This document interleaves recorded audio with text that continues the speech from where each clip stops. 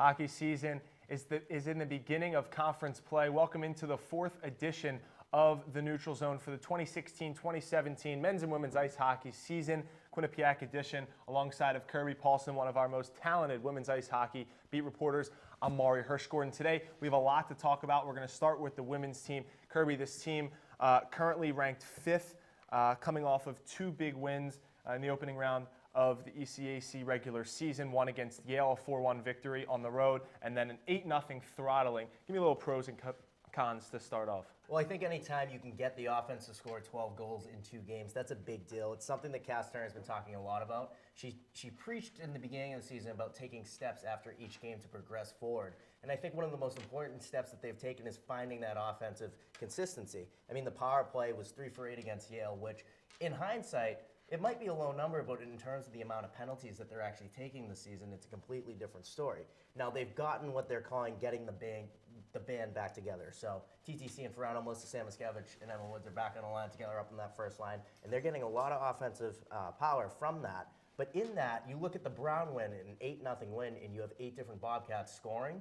That's the kind of thing where you say, okay, all of a sudden you're looking at the depth. Now, don't get me wrong. You got to gauge Brown's talent on a little bit of a scale here, as they're not the strongest program out in that ECAC right now. But at the same time, Cass Turner talked about after that game with us about how she wants all those lines chipping in.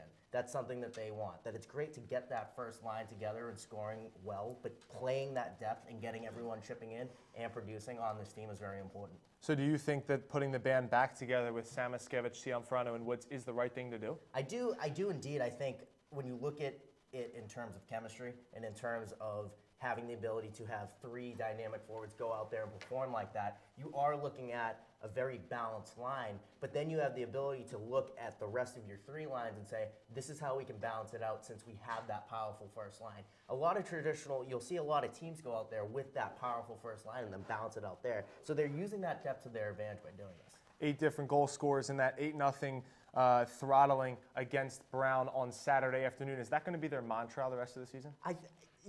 Mantra, it's kind of early in that conference play to be thinking about a mantra, but I definitely think that it gives them a little bit of swag coming off a game like that, especially when you have people like Kenzie Lancaster, who's improved so much this year, get her first collegiate and another goal against Brown the next day. You're getting a little bit of that taste of, hey, we can really do something, especially with the team that we have. Even Abby Eyes, the freshman goaltender, got in and saw a couple of shots during that game against Brown. So all of a sudden, you're getting everybody involved, and you're getting that feeling and those good vibes heading into the rest of the conference play here. Definitely a big weekend coming up. Clarkson, a team who bounced Quinnipiac from the NCAA tournament, kept Quinnipiac from making its first ever Frozen Four. And St. Lawrence, who Kirby, you'll give us in a minute, big-time showdown on Saturday, a team that Quinnipiac cannot overlook. But let's check out the polls first. The USCHO.com poll came out on Monday afternoon, and here they are, garnering all 15 first-place votes. The Wisconsin Badgers remain undefeated at 9-0-1. Minnesota comes in at 2, followed by Minnesota, Duluth, Boston College, and Quinnipiac to round out the top 5. Colgate, St. Lawrence, and Clarkson 6, 7, 8. So Kirby, right there, 4 teams in a row from the ECAC. North Dakota, a team hopped into the USCHO poll at number 9 after sweeping Bemidji State this weekend 5-2 and 3-0. And Princeton at number 10, the 5th ECAC team. So 5 ECAC teams in that top 10. Definitely a great league, a lot of battling atop the conference. But right now we're going to head to Media Day, where the Quinnipiac women's ice hockey team speaks every single week. And we had a chance to talk to Cassandra Turner about the redemption against the Clarkson Golden Knights. And I think for our team, no doubt it's in their minds. And we said no better way to face Clarkson this year than to face them in our building again. And I know our team is motivated and excited to play them. Clarkson, I watched their film, and it doesn't matter who's on their team, they're always good, and they always are looking to do similar things to what they were doing well the year before. Just new people in those spots. So their top 2 lines are really strong, and they have some young D in the back, but are good with the puck. So I think it's going to be a really good matchup. I expect there to be fewer penalties this weekend. Whenever you get a Quinnipiac-Clarkson game, it's always going to be a physical battle, and I expect that it'll be a little bit of a different officiated game. But no question, special teams are going to be a really important piece to it, and nice that we have both units kind of firing now and on our power play, and hopefully that will show again this weekend. Kirby, after hearing Cassandra Turner speak, some thoughts about the upcoming weekend? Yeah, I think a big thing that Cass talked about was that big game motivation. They're going into this weekend and they're going to face a tough opponent in Clarkson, and they want that redemption. And she talked a lot about how dangerous the team is and the dynamic that they have. And when you think about Clarkson, you think a lot about their depth. You're going into this game, you want that redemption, you have that extra motivation to go in and prepare during the week, but also you're thinking in terms of, hey, special teams can play a major factor in this weekend. And Cass talked a little bit about how she thinks that the calling of this weekend might be a little different than it has been this year because, again, they both play a very physical game. They want to play up-in-your-face hockey. They want to play a fast style as well. So it's going to be interesting to see if the refs kind of let them play on this big stage.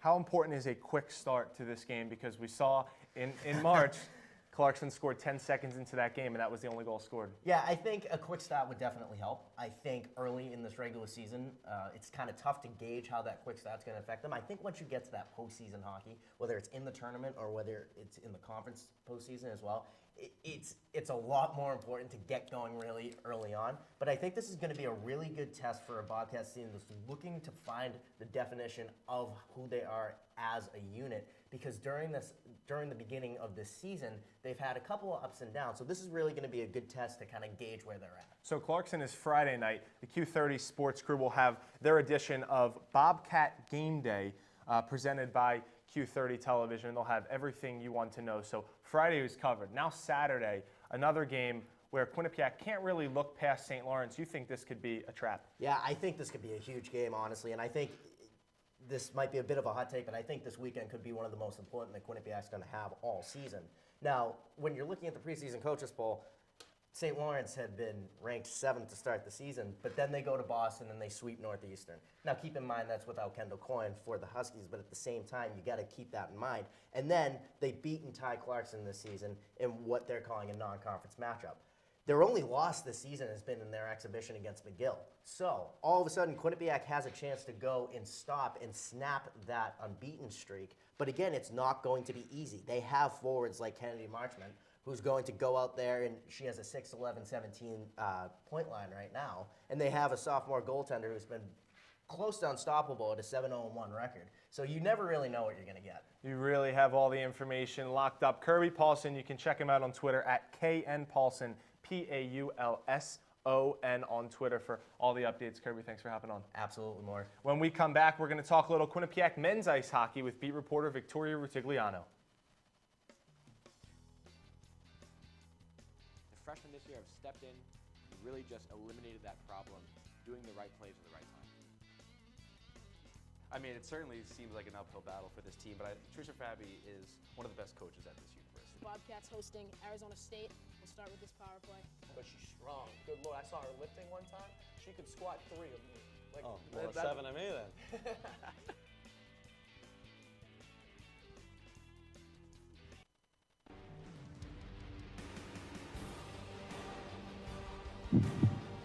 Good evening and welcome to Sports Pause. In the end, we're here to win the championship this year. Jess Fontaine now has that. She's going to take a ripper off the post, but she's going to come back. And my number one, hold your applause, Bobcats fans, is Quinnipiac. All right, Victoria, you know what time it is? It's top 5 plays of the week. My favorite time. Welcome back to the Neutral Zone. Victoria Rutigliano from the Quinnipiac Sports, from the Q30 Sports beat reporter team now joins me. Victoria, before we jump into the discussion, let's hit the polls and give you guys an update about the rankings. USCHO.com poll, like I said, about the women's came out on Monday for the men's, and all 50 votes, much like the women's for Wisconsin, this week goes to Minnesota Duluth after sweeping defending national champion North Dakota 5-1-2 for Duluth at the top spot. Denver at 2, North Dakota at 3. BU and BC round out the top 5 at 4 and 5. Quinnipiac stays put at number 6 heading into its first ECAC weekend of the season. UMass Lowell, St. Cloud State, Notre Dame, and Minnesota State round out the top 10. Before we jump to any analysis about Clarkson and St. Lawrence this weekend, we have a little Media Day soundbite from Rand Pecknold, Tim Clifton, and Tommy Shutt about Clarkson and St. Lawrence. We got cleaned out, lost a lot of really good players. So we're still working on that. I'd like our power play to be better. Our penalty kill has been okay. it can probably be better than it's been. So, but 4-2-1 is good. You know, I would have liked to got out of this with 5-2 or 5-1-1, but again, we played some good hockey teams, and you got to give them credit too. Overall, I think we have a lot more to give here, and you know, I think we're gonna show up. You know, now that the league play is getting underway. Coming out 4-2-1 against you know, Hockey East teams like that, you know, big BU and you know, some of the other squads. It's good to get those 4 wins, especially a couple on the road, which is big in pairwise. You know, we lost a couple. The big one to BU and in overtime one to Maine, which were tough, but. You know, overall, I think we battled well, and we proved that, you know, we can do something special again this year. You know, we know going in that you know, Clarkson, St. Lawrence, you know, great teams. You know, rink is loud, great atmosphere, you know, for a college hockey game. So it makes it makes it for an exciting weekend. You know, so it's a good first test. Definitely one of the hardest road trips of the year, with the long drive and everything like that. So bus legs are a factor usually, but you know, we just got to look at like every other game, and you know, they're going to come at us really hard. They always do. It's tough to play in their home rinks, but you know, we know what to do. We've played them, you know, so many times. A very, very big weekend to start off ECAC play. Victoria, a team in St. Lawrence who beat Quinnipiac last year. Quinnipiac's only loss in the conference, and that was at St. Lawrence, where Quinnipiac heads this weekend. What about this weekend do you like from Quinnipiac's perspective, and what do you like from the opponent's perspective? Well, definitely this 6-hour drive is going to be tough for Quinnipiac. You heard it right there in Media Day. It's tough on their legs. It's tough going all the way up to upstate New York. But what I see from Clarkson that's going to be huge is Jordan Boucher. He had a hat trick last week against Wisconsin, and he has 8 goals so far this season. That's almost a third of the team's goals. So he's going to be someone that's going to step up and be huge for Clarkson. At the same time, last season, they gave Quinnipiac a lot of trouble. They tied their first time around here in Hamden, and then they ended up losing in overtime, but Quinnipiac came in late, scoring late in the third period, and then with 30 seconds left in overtime. So this is a team that gets under Quinnipiac's skin and is able to really come back. From Quinnipiac's end, I think they really need to step up their power play this week. They're 0 for 20 in their past 2 games, and if they can find ways to get the puck to the back of the net, that's where they're going to find success against Clarkson, and that's where they're going to see W's coming out on the board for them. On the flip side, against St. Lawrence, as you said, it was the one team to give them their loss in the ECAC last season. So this is going to be a really big game for both teams. For St. Lawrence, they're on a winless streak right now. They're on a 4-game winless streak. They've lost 3. They've tied 1 where they were up 2-0 against University of Minnesota. So they're going to come out and they're going to be really ready to play. They want to win. They're on their home turf. They want to show, the Bobcats said, they can do more than just beat them in the regular season last year. They can do it again this year and end their losing streak. Quinnipiac with an off weekend, plenty of time to worry about the power play issues. I'm sure that they'll get everything squared away for this weekend. On to our whiteboard segment. 3 questions I have for Victoria, and she will give me her answer on the whiteboard. The first one is, where will Quinnipiac finish come the end of the regular season? It's going to be a little broad for you, but I'll explain. I see them finishing pretty high. I know that's not a number, I know that's not a position, I know that's not a place, but this is the thing. They've been regular season champions 3 out of the past 4 years. So you know that they come out, and it doesn't matter what's happening in in out of conference play, they come into ECAC play ready to play. And I think Hockey East has really helped them. They've played a lot of Hockey East games, a lot of tough competition in Northeastern, BU, UMass, and so they're coming out here and they're ready to take on the other ECAC opponents, and I think that's going to end up helping them towards the end of the season to come out on top in conference play. Anytime you schedule tough out of conference play before your conference schedule, I think it always helps, regardless of the sport. Women's basketball and women's hockey do it big time, especially those 2 teams up at the bank. Second question for you, Victoria, is who is going to challenge Quinnipiac atop the ECAC this season? If you don't see Quinnipiac winning the conference, who else do you think can garner that top spot? I don't know if we're going to get a lot of agreeing on this, but definitely St. Lawrence, and I think you're going to see the test coming up real soon on Saturday. St. Lawrence is a team that has a lot of players coming back. They have Gavin Bayreuther. They have Kyle Hayton in net, who was great for the team last season. So he's really good in the back of the net. They have other players on the team that have really stepped up. Their D-core is really strong. So I think with their defense coming in strong, their new coach with them on the team this year, they're going to be able to come out and give Quinnipiac a lot of trouble and maybe show up on top of the ECAC. At Victoria Rutigliano on Twitter, at VIC_Rutigliano. 2 big weekends for ice hockey.